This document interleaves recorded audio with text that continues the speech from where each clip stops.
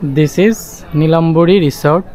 ভিউটা drone type view নেওয়ার একটা চেষ্টা করছি, অসাধারণ।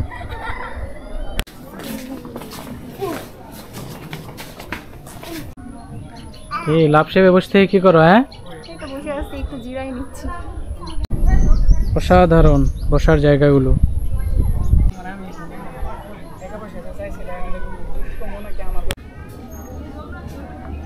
নীলাম্বরী রিসর্ট। এরকম সাইকেলের সুন্দর ভিউ, আপনারা এখানে বসে ছবি তুলতে পারবেন।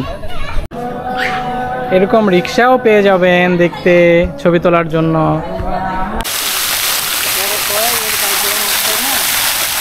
Welcome back to my channel. আশা করি সবাই ভালো আছেন। This is Shimu from Shimu's planet. তো আজকে আমি আসছি গাজীপুরের সুন্দর একটি রিসর্টে, সেটা হচ্ছে নীলাম্বরী রিসর্ট।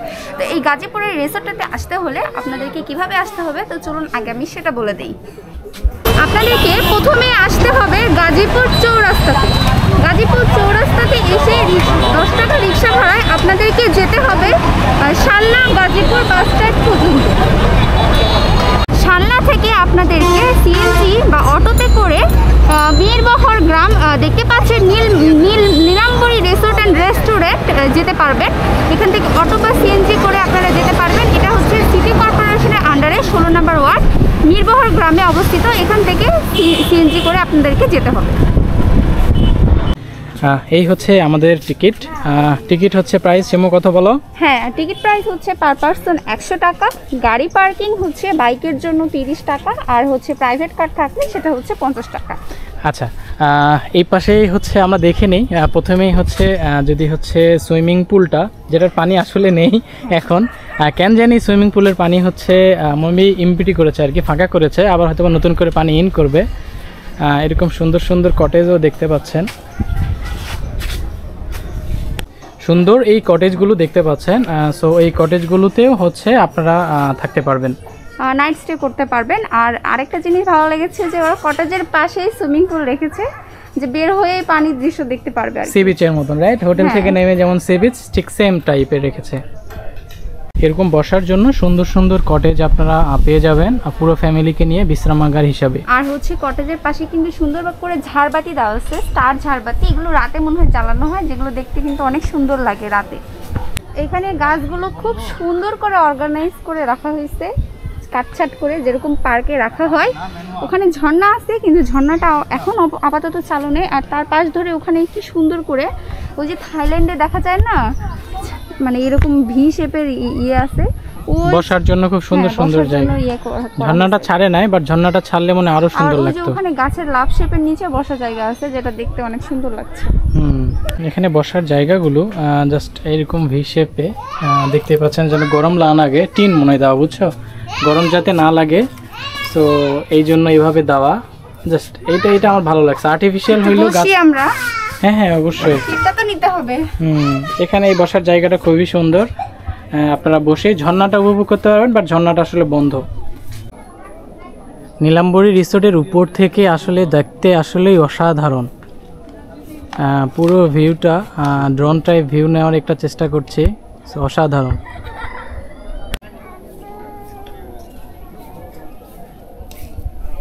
নীলাম্বরী রিসোর্টে দেখো পরিবেশটা কেমন লাগছে।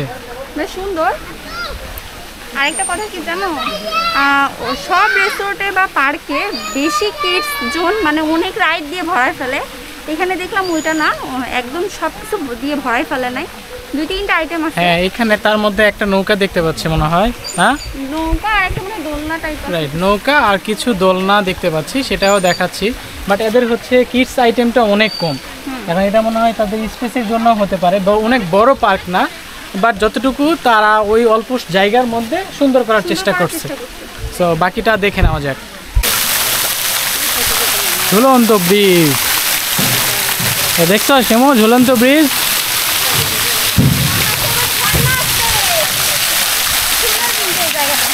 হ্যাঁ, এখানকার জায়গাটা সুন্দর লাগছে না? দুপাশে মানে ব্রিজের দুপাশে ঝর্ণা হচ্ছে, এখানকার সিনারিটা সুন্দর। এখানে হচ্ছে ফুচকা অ্যান্ড আইসক্রিম কর্নার না? হ্যাঁ, নীলাম্বরীর এখানে আপনারা হচ্ছে ফুচকা খেতে পারবেন। চটপটি না, শুধু ফুচকা, ভিতরে আর কি শুনো নাকি? হ্যাঁ অবশ্যই। আসসালামু আলাইকুম ভাইয়া। ভাই আপনাদের হচ্ছে কি এখানে কি ফুচকা আর চটপটি না শুধু? ফুচকা আর চটপটি। আচ্ছা, ফুচকা আর চটপটির প্রাইস আপনাদের? ফুচকা হলো 70 টাকা আর চটপটি হলো 60 টাকা।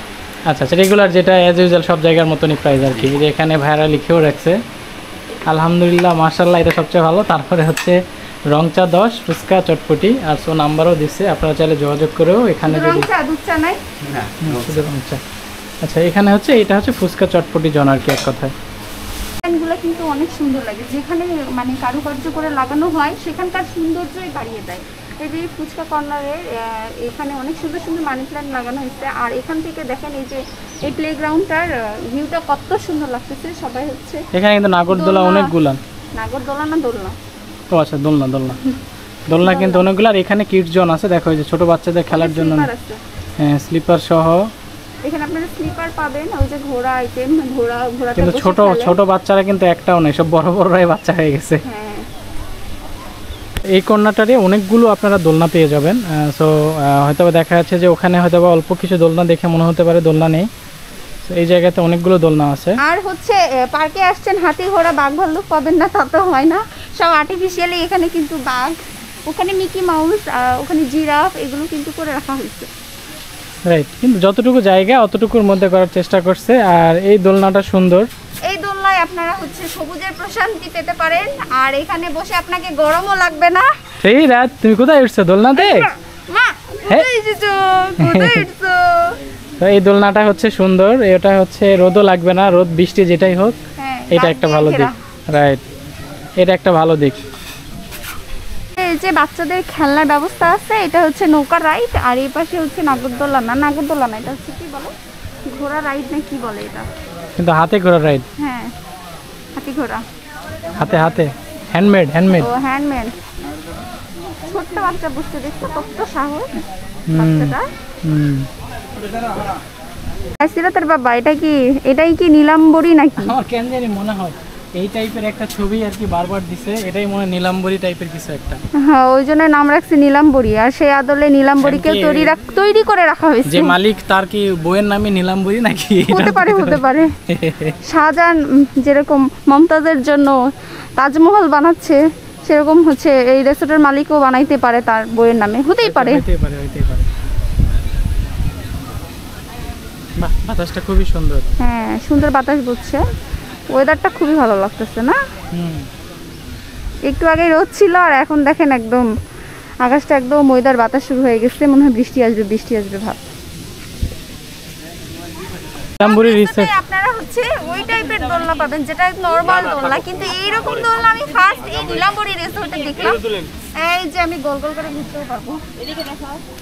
আরেকটা জিনিস, সেটা হচ্ছে এই দোলনার পাশাপাশি ওরা আবার ইন্ডিকেট করে দিছে ওই পাশে হচ্ছে নীলাম্বরী রেস্টুরেন্ট বা হচ্ছে রিসোর্ট অ্যান্ড রেস্টুরেন্ট। সো দুইটাই দিয়ে দিছে। আমার মনে হচ্ছে কেউ বুঝতে পারবে যে এইদিকে একটা রেস্টুরেন্টও আছে। সো দোলনাটা হচ্ছে বিউটিফুল। এরকম দোলনা আমি ফার্স্ট টাইম দেখলাম। বেশি ঘুরাইতে চায় না, পুরো যাবা।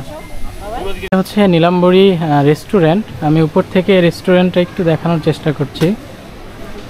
তো এটা হচ্ছে নিচে আমাদের যে নীলাম্বরী রিসোর্টের স্পেসটা।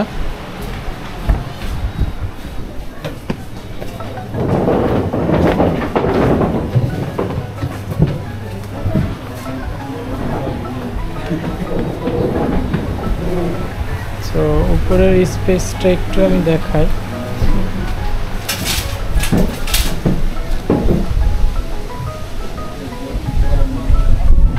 এখান থেকে ভিউটা সুন্দর।